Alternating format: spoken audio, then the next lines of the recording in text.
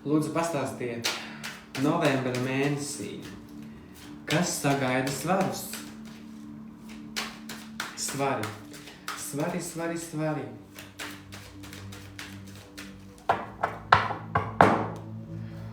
Svari novembrī.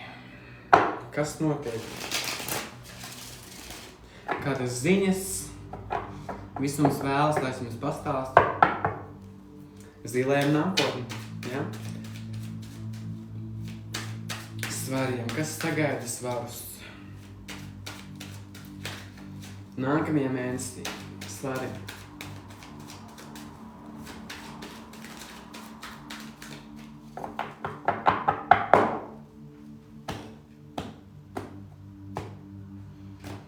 Svari. Lūkosimies, kas tad mums notiek, ja? Kavas apakšā mērenība, pacietība, balans, ja? Izsvērt lietas, plus, mīnusus, bet... Wow! Es neaptos, kurai zīmēju, bet bija tieši tas pats. Arī tev veiksme, laime, karma, izdošanās, viss ir šobrīd tavā dzīvē tieši šādi, ja? Tas nozīmē to, ka notiek kaut kādas pārmaiņas uz labu, ja? Tas nozīmē to, ka tev noteikti spīd veiksme, ja? Bet tu nedrīksti pārlieku ātri vai nu reaģēt, runāt, darīt kaut ko, ja?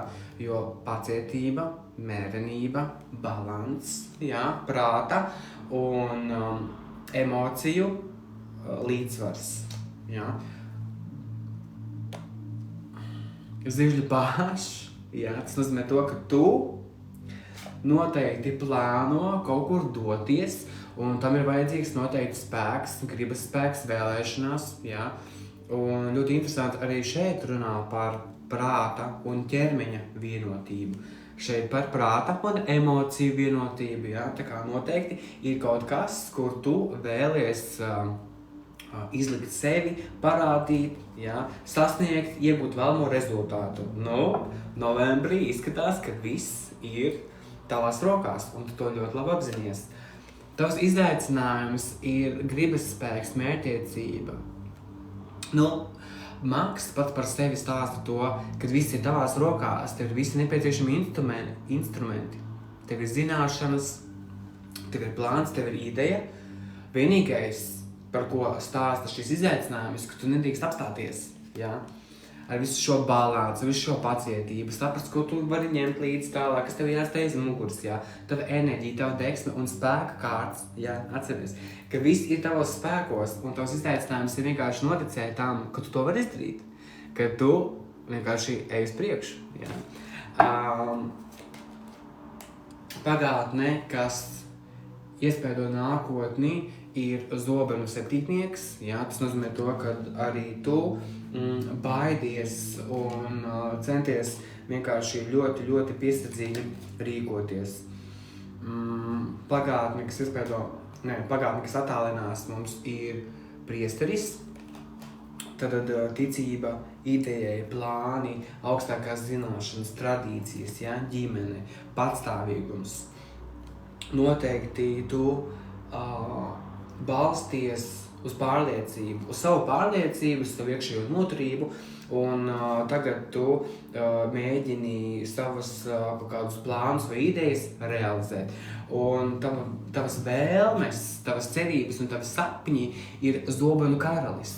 Tas nozīmē to, ka tu domā par to, ka tava šī vīzija, tavs šis sasniegums, tava tā autoritāte, tava teikšana un viss tas, ko tu izdod uz āru, ja, nesīs tev šos panākumus.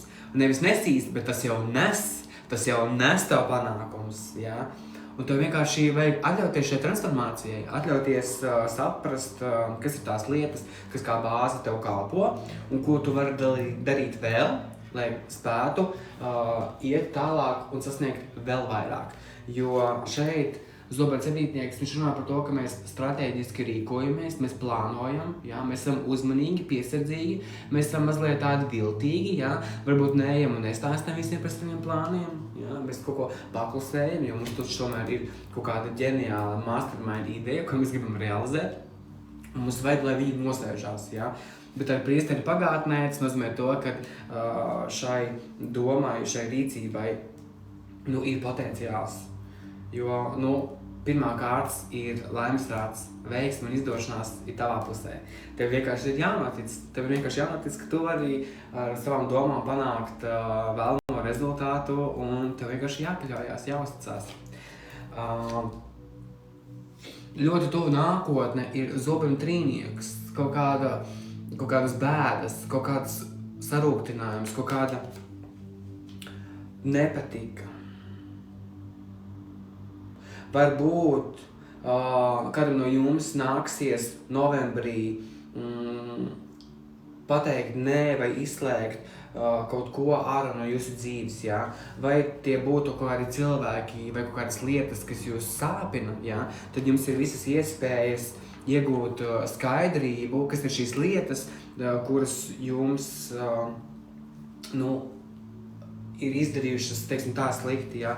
Jo, ja mums šeit izklājumā parādās arī zobenu septītnieks un zobenu trīnieks, tas liecina par to, ka noteikti ir kaut kāda sava veida neuzticēšanās, nodevība vai kaut kas tāds, kas, teiksim tā, ka jūs varējāt uz kaut ko paļauties un uz kaut ko ļoti cerēt, bet jums beigās nācās piedzīvot sarūktinājumu un bēdas. Bet tāpēc esat piesardzīgi, kam jūs stāstat, kam jūs runājat, jo jūsu tāda deksme, jā, prasa pēc balansa un spēka. Balans un spēks, lai spētu visām šīm situācijām tikt pāri, jā. Iekšējie faktori, mums ir monēta paša, jā, tad noteikti vēlme paplašināt savas zināšanas, doties uz priekšu, saņemt kaut kādas iespējas. Un, tu noteikti ļoti pie tā strādā, jā. Bet kaut kas būs, kas tev liksies, ka tu kaut kā lai paskaidrām. Labi, es izlikšu pārējās kārtas.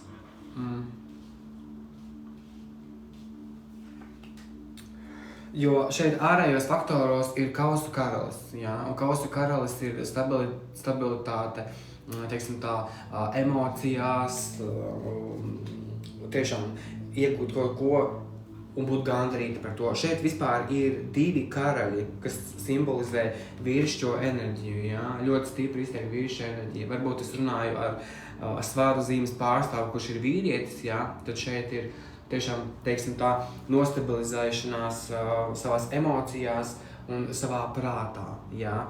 Bet, šeit noteikti bailes ir tornis. Tas nozīmē to, ka, šeit nāk sava veida nodevība cauri visām šīm kārtām. It kā tu esi paļāvies un uzticējies kādam, kaut ko pastāstījis, vai domājis to, ka viss būs kārtībā, ka viss ir stabili, bet šeit viss brūk, jo gala rezultātā ir uzplaukums šī iespēja, pēc kuras tu ceri, bet noteikti būs jāatvadās no kaut kā, lai to iegūtu. Nezinu, kāda daļa no jums var tiešām piedzīvot duns mugurā no ļoti tuvu cilvēka, jā. Kādam no jums šeit ir attiecību krīze, attiecības beidzās, šķiršanās vai kaut kas brūk un jūk, jo varētu būt, ka kādu no jums ļoti, ļoti minimāla daļa, jā, ir šeit kopā dēļ bērna, jā, šeit ir augstums, šeit ir karma, un šeit ir tas, vai tu rīkosies un mainīsi savu dzīvi un ies ārā no šīs situācijas, vai viņā uzkavēsies vai paliksi. Jo karalis tīvi ir sasniegumi, karalis jau ir augstākā pozīcija, jā. Kāds no jums tiešām atklās, ka kaut kas dzīvē, situācijā nav balansā, nav līdzsvarā. Un šis jūsu spēks, kādu laiku jūs esat sēdējuši, gaidījuši, domājuši par šo jauno sākumu, jā, rīkoties, kādā virzienā doties. Ļoti, ļoti, ļoti, ļoti daudz enerģijas, ļoti spēcīgi, šausmas. Te 1, 2, 3, 4 vecie arkāni, tas nozīmē to, ka visam ir jūsu pusē, augstākie spēki strādā, jā. Wow, wow.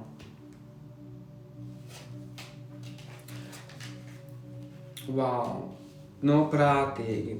Klausieties savā sirdī, skatieties, kas ir šīs iespējas, kādas situācijas jums stāv pretī, lai jūs to sasniegtu. Jā?